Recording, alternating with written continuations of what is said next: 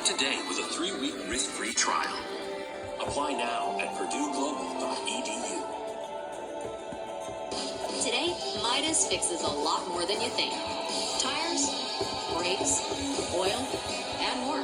Find out why Midas has over 100,000 5-star reviews. Request your appointment today at Midas.com.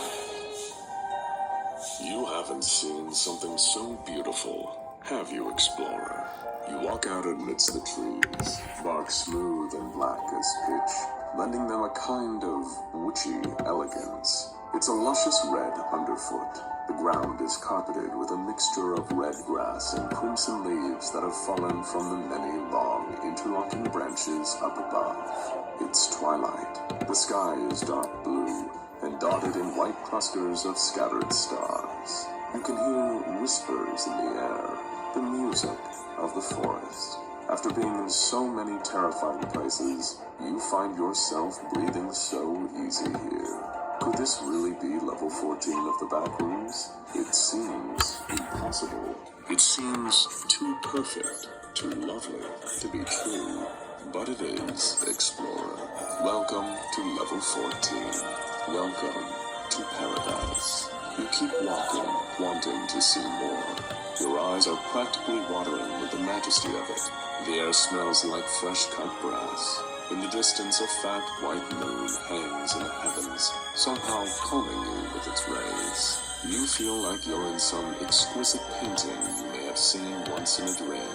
Perhaps after all your suffering, this level is a reward, a reprieve, an oasis of light in the vast, cold desert of Manas. As you walk, you notice more strange things on the ground. Are those bones distributed amongst the red leaves and grass? If they are, they look to be made of some shimmering crystal, diamond-studded.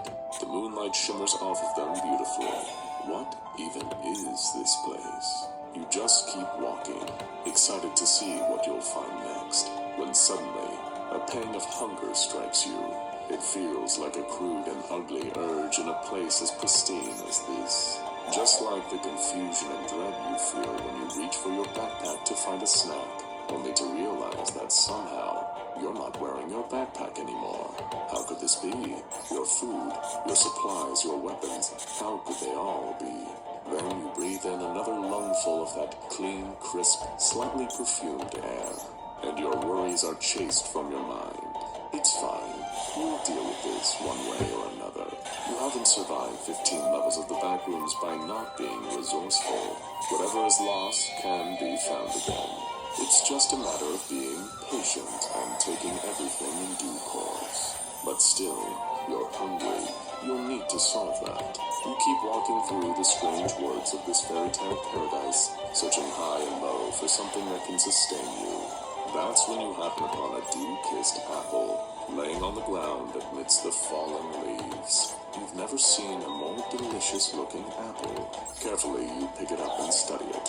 A marvelous specimen that feels like it should be sitting on a teacher's desk in a cartoon. It's plump and shapely, with deep, rich skin that shines somehow even redder than the undergrowth. Your mouth waters just looking at it.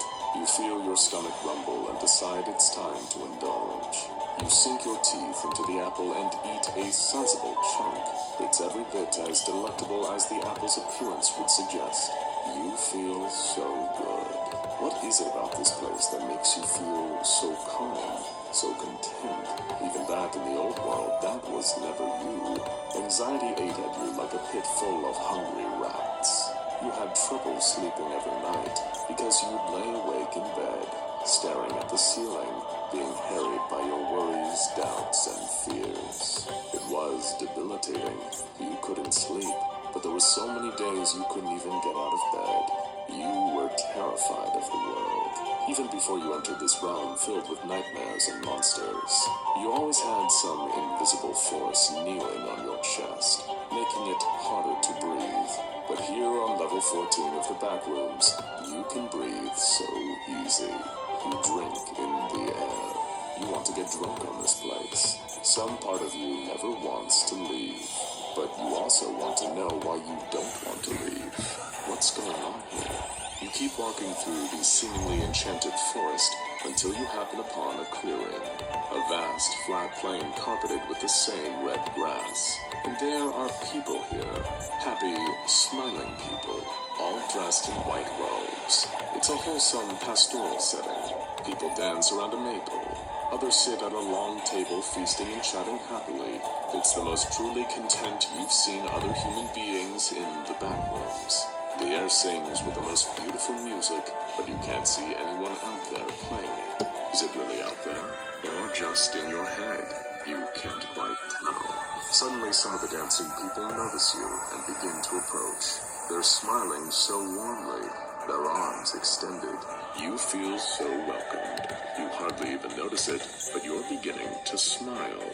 It's the first time in as long as you can remember that you feel like you belong somewhere. The people of level 14 invite you into their clearing to join them in their revelry.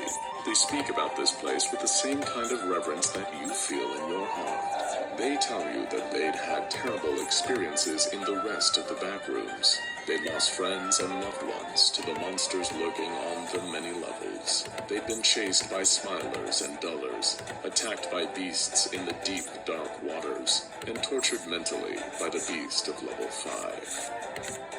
With the strength of J.B. Weld, you can keep your ride on the road with confidence. JBWeld.com. Level 14 was an oasis, a reprieve from the horrors. Why would they ever want to leave? And their words, they resonate with you. You've experienced a lifetime of being unsafe. Is it really so wrong, so selfish, to want to take it easy for whatever time you have left? This place seems so nice. Don't you want to see the rest of it? Don't you want to make a nice little life for yourself here? One of the smiling robed people invites you over to a nearby dinner table. It is a beautiful feast, with various roast birds, apples, glass bowls full of delicious-looking berries, succulent sliced ham, and a variety of desserts, from elaborately molded jello to bowls of warm, delicious custard. The first apple was certainly tasty, but you couldn't be more eager to partake in this incredible meal. You take a seat, one seemingly reserved for you, and someone passes you an ornate metal goblet full of a fruity-smelling drink. You drink deeply. It is divine, transcendent. When you place your goblet down on the table, one of the others leans in with a jug and fills it back up. You're surrounded by so many grinning faces, all welcoming you, all wanting you to be here. It's such a warm, loving feeling. Is this place heaven? But now, it's time to eat. You and the others congregating around the table begin to fill your plates, cutting away parts of chicken, turkey, quail, liberating slices of ham, grabbing vegetables, and pouring on decadent sauces. After weeks or perhaps even months of energy bars and thermoses full of almond water, to eat real food like this feels like the greatest luxury. You eat ravenously. You want to take your fill, just like all the others. That's when you see one of the people across the table making eye contact with you, smiling. It's a slightly older woman, perhaps in her mid-50s. Maybe you're projecting, but she seems oddly motherly to you. Are you glad to be here, explorer? She asks. You swallow your mouthful of chicken, washing it down with a goblet of that tasty, fruity liquid. You nod, smiling politely in return. Good, she says. You're meant to be here. This is paradise. It's a beautiful, perfect place. A warm blanket, a soft, protective membrane that keeps us safe from the horrors of this universe. It is kindness and abundance. It is our mother and father. We will stay here, and we will receive its bounty. It is a little eerie, but you decide to continue smiling and nodding. The food is good, the vibes are immaculate. You don't intend to ruin anything. After all, who could blame someone for going a little loopy in the back rooms? It is a stressful place to be, to say the least. Perhaps once, this might have bothered you. Maybe seeing something that seems a little eerie like that, a little off, would have made you feel nervous. You've learned to notice little things in the back rooms, but here, you don't feel that same sense of unease. It's as though, on this level, your brain is being flattened. That's when you notice another apple sitting on the table. It looks just like the one you found in the forest. So red, juicy, and plump. Ignoring everything else, you pick it up and take a big bite. Again, that delicious flavor cascades down your throat. You chew for a moment, savoring the taste, when suddenly, something feels off. It isn't so much the taste, but the texture. You feel like something is moving against your tongue. What the hell is that? You grab a napkin off the table and spit into it. What you see within horrifies and disgusts you. A blob of dark brown mush, filled with wriggling maggots. Shocked, you turn and look at the apple you just took a bite out of. It looks rotten and withered, covered in furry mold with browning flesh within. It's alive with hundreds of maggots. You drop it onto the table with a horrified